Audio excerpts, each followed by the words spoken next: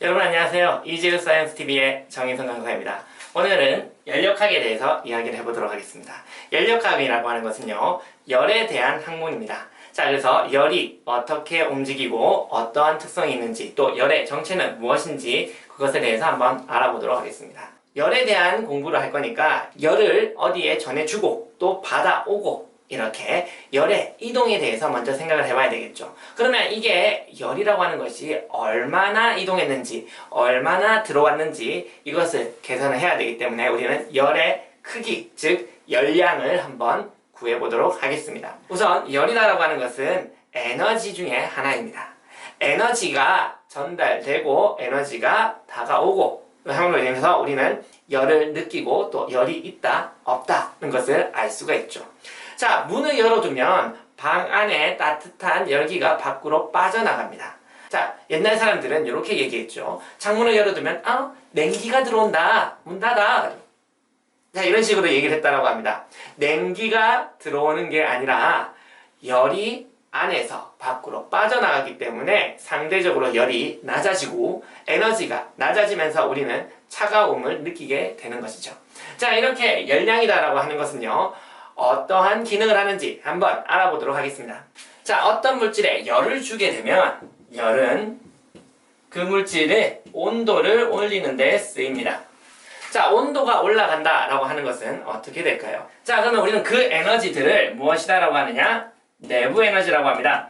자, 이 내부 에너지를 밖으로 표현하고 싶어 합니다. 자, 우리 에너지가 너무 넘치는 사람들은 가만히 못 있죠. 주체를 하지 못합니다. 그래서 밖으로 표현을 하고 밖에서 마음껏 뛰어놀아야 되겠죠. 그래서 그것을 우리는 뭐라고 한다? 운동 에너지다 라고 볼 수가 있습니다. 즉, 입자가 열을 받으면 온도가 올라가고, 온도가 올라간다는 것은 내부 에너지가 증가했고, 내부 에너지가 증가했다는 것은 그것은 운동 에너지로 밖으로 표현이 된다고 볼 수가 있겠습니다. 자, 그래서 얘는 열을 받으면 운동을 하게 된다라고 해서 얘네들은 열운동이다 라고 합니다. 열을 받으면 운동한다. 네, 열심히 운동하라 라고 하는 뜻이 아니라 열을 받으면 운동한다 라고 하는 뜻이 되겠습니다. 자, 그러면 이때 열을 받으면 입자가 어떻게 되는지 한번 보도록 하겠습니다. 자, 어떤 고체다라고 하는 물질이 있습니다. 그러면 그 고체의 입자를 잘 보시면 입자가 이렇게 결합이 딱 단단하게 되어 있고 움직일 수도 없습니다. 에너지가 낮아서 움직이지 못하는 것도 있지만 얘네들은 결합이 강하기 때문에 움직이지 못한다라고 볼게요. 그래서 움직이고 싶은데 이렇게 잘 떨어지지가 않네요. 자, 그렇기 때문에 얘네들은요, 이렇게 놔둬도 가만히 있고 이렇게 놔둬도 가만히 있고 가만히 있습니다. 자, 그러면 얘네들은 움직일 수가 없기 때문에 이렇게 놔둬도 모양이 그대로 단단할 뿐만 아니라 모양이 변하지 않는다라는 특징이 있습니다. 자, 그래서 우리는 이때 단단한 물체를 우리는 고체라고 얘기를 할 수가 있겠죠.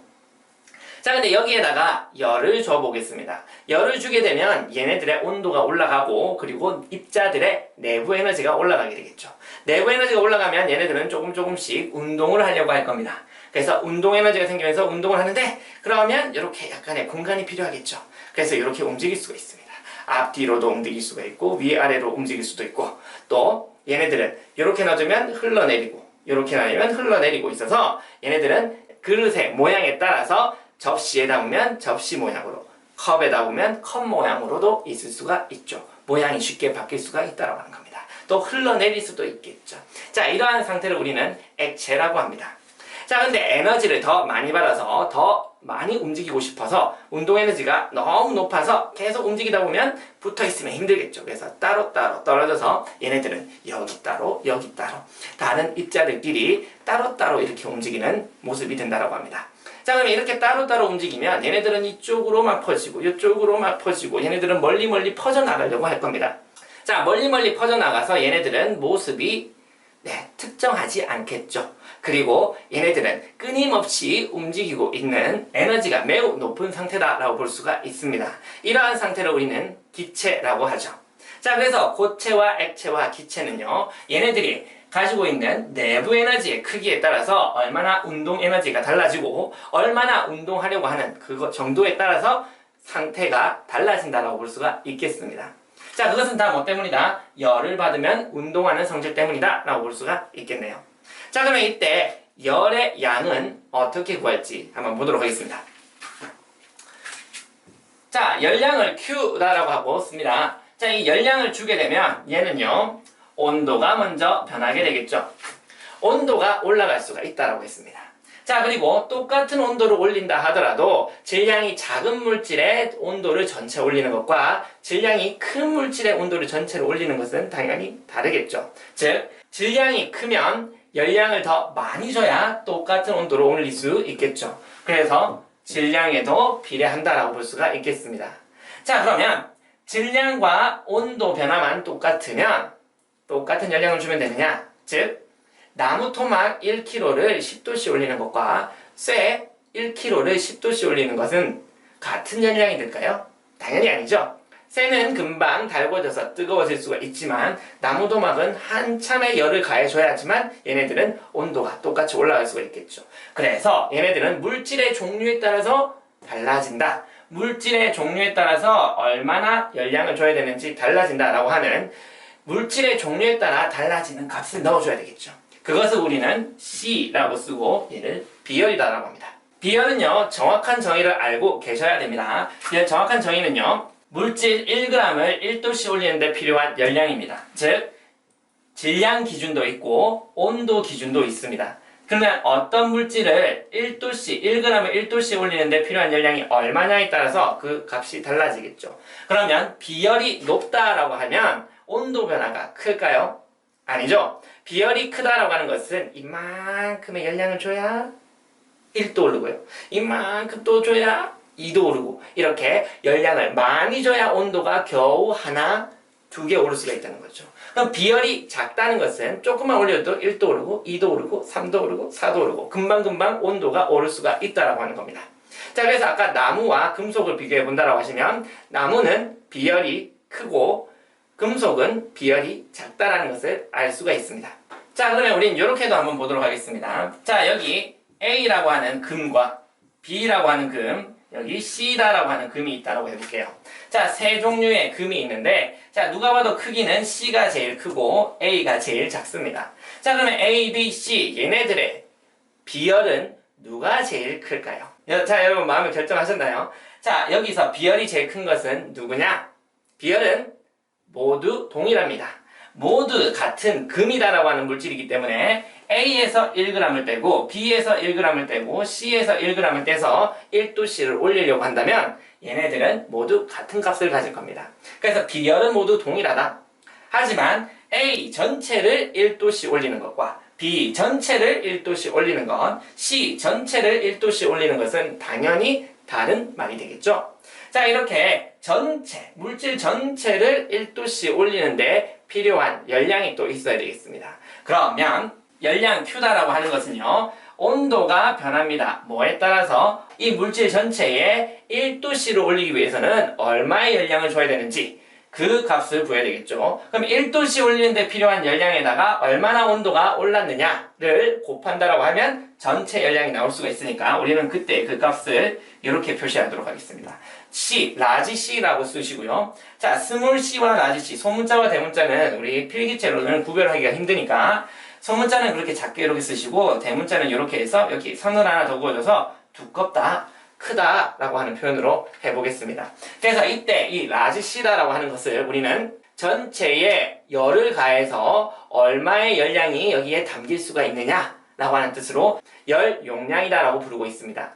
자, 열이 얼만큼 차야 1도씨가 오르느냐. 자, 크기가 작은 이 A와 같은 것은 조금의 열량만 차도 조금만 차도 1도 오르고 조금만 차도 2도 오르고 조금만 차도 3도가 오를 겁니다. 얘는 열을 담을 수 있는 용량이 작은 거죠. 자, 근데 C는요, 열량을 쫙 받아서 여기 닿으면 1도 오르고 쫙 전체적으로 골고루 열을 받아야 또 2도가 오를 수가 있겠죠. 그러면 열을 받을 수 있는 용량이 크다라고 볼 수가 있겠습니다. 그래서 이 C는요, 열 용량이다라고 보시고요.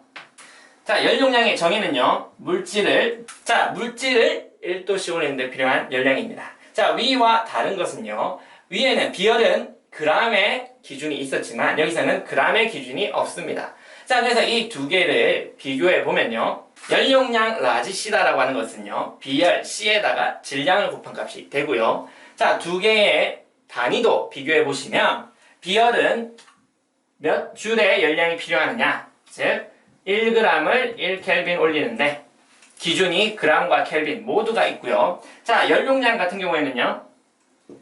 몇 줄이 필요하냐? 얼마? 1켈빈을 올리는 데는 전체를 1켈빈을 올리는 데 필요한 연량이니까 질량의 단위는 따로 있지 않습니다. 뭐 10g을 줘도 100g을 줘도 뭐 1kg를 줘도 얘네들은 전체를 1켈빈 올리기 위해서는 얼마의 연량이 필요하느냐에 대해서 이야기하고 있기 때문에 단위가 조금 다르다라는 것을 기억하셨으면 좋겠습니다. 자, 그러면 이렇게 열량이다라고 하는 것은요. 이렇게 cm 델타 t 혹은 c 델타 t로 표현하고 있습니다. 자, 그러면 이 식을 여러분들이 기억하셔야 되겠죠. 자, 그러면 여기 q는 cmt를 어떻게 기억하느냐? q는 cm 델타 t다라고 하는 이 식을 기억을 해야 되겠죠. 자, 어떻게 기억하느냐? 자, 옛날 사람들은 초가집에 살았죠. 나무로 집을 지었고 흙으로 집을 지었습니다. 그러면 그 집이 매우 따뜻했을까요? 그러진 않았을 겁니다. 금방 열이 밖으로 빠져나가고 줄줄 열이 새 나갔기 때문에 열이 금방 빠져나가서 차가운 집에 살았었겠죠. 하지만 요즘에는요. 무엇으로 집을 짓죠? 자, 아주 튼튼한 시멘트로 집을 짓죠.